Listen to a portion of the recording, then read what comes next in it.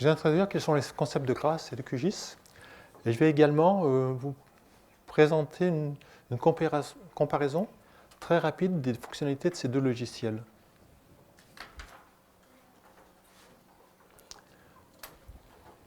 Dont les systèmes d'information géographique permettent de réaliser des analyses d'images, qu'elles soient au format raster ou au format vecteur.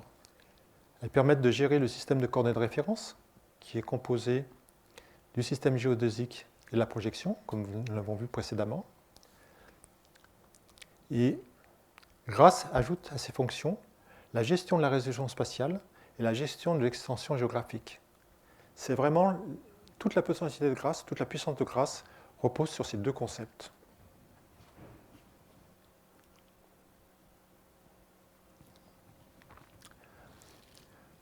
Donc, comment sont structurées les données sous GRASS? La géobase de GRASS est décomposée en locations. À chaque location est associé un seul datum, un seul système de coordonnées de référence. Vous ne pouvez pas travailler sous GRASS avec des données contenues dans différents systèmes de coordonnées de référence. Il y a donc un seul SCR par location. Après, dans chaque location, vous avez un ensemble de ce qu'on appelle mapset. C'est l'équivalent des répertoires sur vos disques durs. Une mapset est particulière, c'est ce qu'on appelle la mapset permanente. Elle contient les informations relatives au système de coordonnées de référence. Je vous recommande de ne jamais travailler dans ce mapset parce que vous allez mélanger des données qui sont thématiques et des données qui sont relatives à la localisation dans l'espace.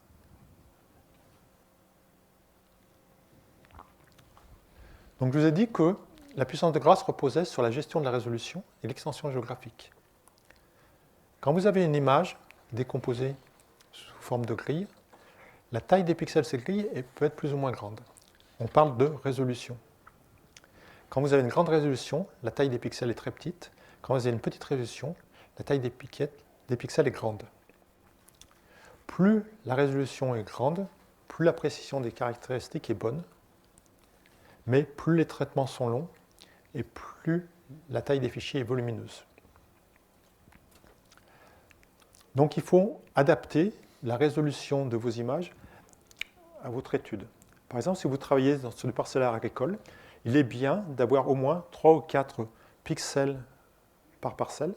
Sinon, vous allez avoir des pixels mixtes et vous allez avoir des difficultés pour réaliser votre étude.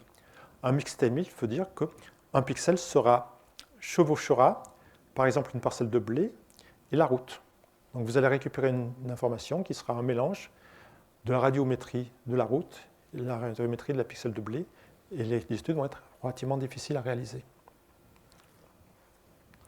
Alors la puissance de GRASS repose sur ce qui est souligné en vert dans le petit carré en dessous.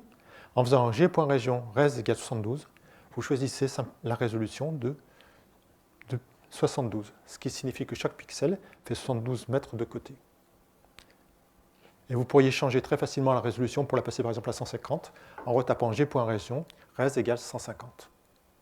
C'est vraiment toute la puissance de GRASS réside dans cette petite commande.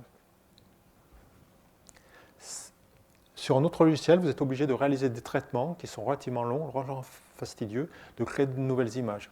Sous GRASS, cette simple commande nous permet, par gestion de la position dans la pyramide présentée dans un des transparents précédents, de choisir la résolution.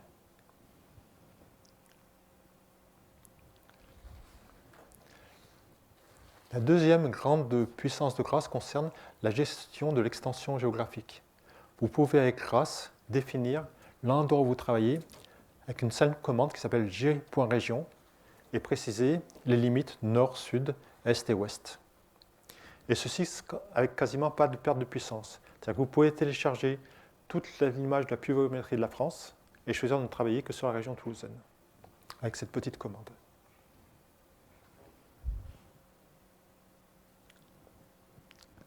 Alors QGIS n'a pas du tout cette fonctionnalité.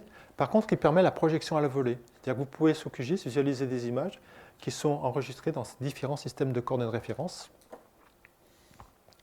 L'inconvénient, vous n'avez pas de notion de région et pas de notion de résolution spatiale sous QGIS. Alors là, je vais vous exprimer un point de vue parce que vous entendez dire que QGIS peut tout faire ou que tous les traitements sont réalisables sous GRASS et qu'il est très convivial. Moi, je pense qu'il faut utiliser ces deux logiciels. Ils ont des fonctionnalités qui sont très différentes et très complémentaires.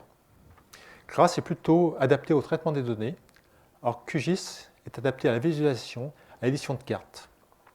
De plus, vous pouvez sous QGIS visualiser des images de GRASS au format interne grâce à un plugin. GRASS a encore des limites, mais qui, à mon avis, devraient être levées dans les années qui viennent. Il ne permet de gérer qu'une seule table attributaire quand il traite des vecteurs. Alors que QGIS permet des requêtes SQL multitables, des requêtes topologiques.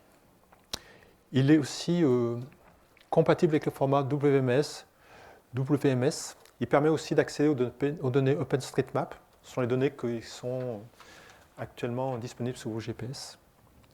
Et QGIS a énormément de plugins.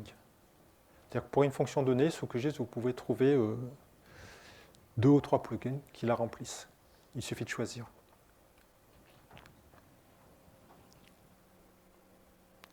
Voilà. Donc en résumé, il faut utiliser GRASS et QGIS et utiliser le meilleur des deux à chaque fois.